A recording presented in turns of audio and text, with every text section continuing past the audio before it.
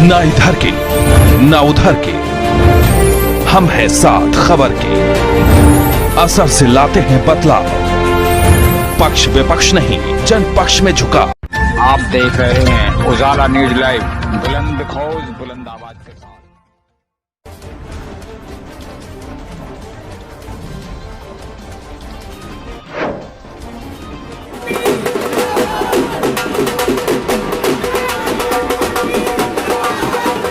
विधानसभा में आजाद समाज पार्टी अब सभी पार्टियों के पीछे करती दिखाई दे रही है। मिली जानकारी के अनुसार हापुड़ विधानसभा 59 के गांव गढ़ी में भीम आर्मी और आजाद समाज पार्टी के प्रत्याशी डॉक्टर वीपी नीलरतन ने अपना पंजा जमाया, जहां सैकड़ों की संख्या में भारी भीड़ रही। वीपी नीलरतन ने अपने हक और अधिकारों की बात कही। उनकी बात को सुनकर लोगों में समझ और जागरूकता का परिणाम निकलता दिखा और लोगों ने आजाद समाज पार्टी के प्रत्याशी को जिताने की बात कही, जिसमें निजाम चौधरी राष्ट्रीय कोर कमेटी सदस्य, कपिल आजाद मुख्य प्रभारी मेरठ मंडल, रवि कमांडो युवा मोर्चा मेरठ मंडल अध्यक्ष तालिब चौधरी, युवा जिला अध्यक्ष विद्यासागर निवेश, युवा मोर्चा के जिला अध्यक्ष अर्जुन सिंह, सचिन, वीर सिंह, जीतू, गीतू, बंटी, विकास, नवीन, नेत्रपाल, शिवम, सिकंदर, धर्मेंद्र, अंकुर, मंजीत, प्रदीप कुमार, संदीप कुमार व अन्य कार्यकर्ता मौजूद रहे।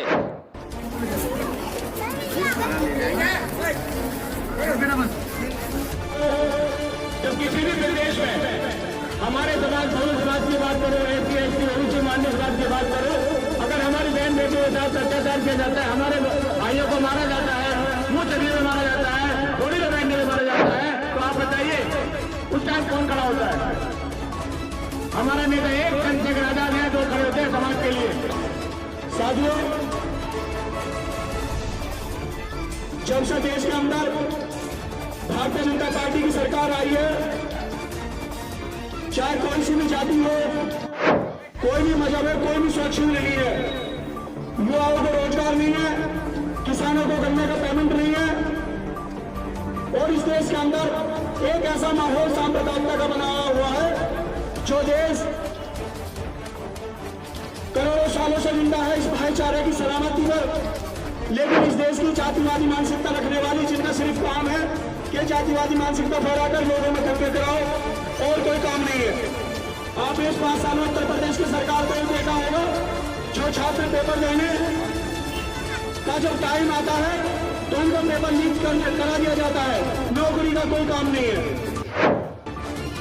मैं कहना चाहता हूं साथियों, इस देश के अंदर इस 5 साल के अंदर भीम आर्मी और आजाद समाज पार्टी, भाई चंद्रशेखर आजाद, विनयरतन भाई और उनके लाखों करोड़ों सिपाही, जिन्होंने इस देश के अंदर जब गरीबों दलितों शोषितों पर जुल्म होता है, बहन बेटियों के साथ अत्याचार होता है, तो साथियों इस देश के अंदर एक ही आर्मी खड़ी होती है, भीम आर्मी। तो मेरी अपील है, मेरे बुजुर्ग बैठे हैं यहाँ पर, नौजवान साथी बैठे हैं, साथियों आजाद समाज पार्टी भीम आर्मी का साथ दो। ये चुनाव तो 10 तारीख को लास्ट हो जाएगा, लेकिन इस आने वाली 5 साल में अगर कोई लड़ने का काम करेगा तो भीम आर्मी आजाद समाज पार्टी और हमारे नेता भाई चंद्रशेखर आजाद करेंगे। क्योंकि मेरे वरिष्ठ नेता यहाँ मौजूद हैं, बोल रहे वहां चौधरी से निजाम चौधरी साहब, बड़े भाई चंद्रशेखर आजाद जी द्वारा भेजे गए हैं आजाद समाज पार्टी का प्रचार करने के लिए और वीपी नीलरतन साहब जी का। साथियों, लोग 4 साल 11 महीने बाद वो लोग फिर लौटेंगे और हम लोग पूरे 5 साल आपको यहीं दिखाई देंगे। क्योंकि साथियों, हम हमेशा अपने समाज, अपने बहुजन समाज की आवाज बुलंद करके रहेंगे। मैं बोल दूं, भीम आर्मी क्या करती है? भीम आर्मी अपने बहुजन समाज की आवाज बनकर, बुलंद रहकर इस देश में एक ताकत बनी हुई है। साथियों, मैं कह दूं, जुल्म के साए में इस गांव के सभी सम्मानित नागरिक, हमारे बहुजन समाज के सभी साथी यहाँ उपस्थित हैं। मैं सभी का आभार प्रकट करता हूँ कि सब यहाँ आए, खास करके हमारी महिलाओं को और हमारी बहनों को, माओं को, उनको भी मैं प्रणाम करता हूँ कि हमारे बीच में आए हैं, उपस्थित हुए हैं हमारी बात सुनने के लिए। साथियों, आज चूंकि मैं भाई चंद्रशेखर जी की तरफ से, आजाद समाज पार्टी की तरफ से हापुड़ विधानसभा का प्रत्याशी हूं, और आप सबसे अनुरोध करूंगा कि आज के समय में आवश्यकता है कि हमें किस तरह से अपने नुमाइंदों को असेंबली में पार्लियामेंट में भेजना है। आजाद समाज पार्टी और भीम आर्मी का ये पहला चुनाव है। व्यापक रूप से हम उत्तर प्रदेश राज्य में लड़ रहे हैं, इस चुनाव में भाग ले रहे हैं और हापुड़ विधानसभा से मैं प्रत्याशी हूं। मैं आप सबसे अनुरोध करूंगा, गुजारिश करूंगा कि आप सभी केतली चुनाव चिन्ह के सामने बटन दबा करके अपना मताधिकार दें, अपना वोट दें और भाई चंद्रशेखर जी के हाथ मजबूत करें। साथियों, मैं कई बार कहता हूं कि ये चुनाव नहीं, ये ऐसा एक महापर्व है। जो अधिकार बाबा साहब ने आपको दिया है, इस पर में आपके अधिकार को अवश्य प्रयोग करना है, क्योंकि ये अधिकार नहीं, जैसा कि हमारे पूर्व वक्ता कह रहे थे, ये हमारे लिए हर इज्जत का, हमारे बहन बेटियों की इज्जत का, हमारे पूरे समाज के लिए एक ये इतना आवश्यक है कि इसके माध्यम से ही हम सत्ता का परिवर्तन भी कर सकते हैं और व्यवस्था का परिवर्तन भी कर सकते हैं। क्योंकि आज वो समय आ गया है, पिछले दिनों आपने देखा है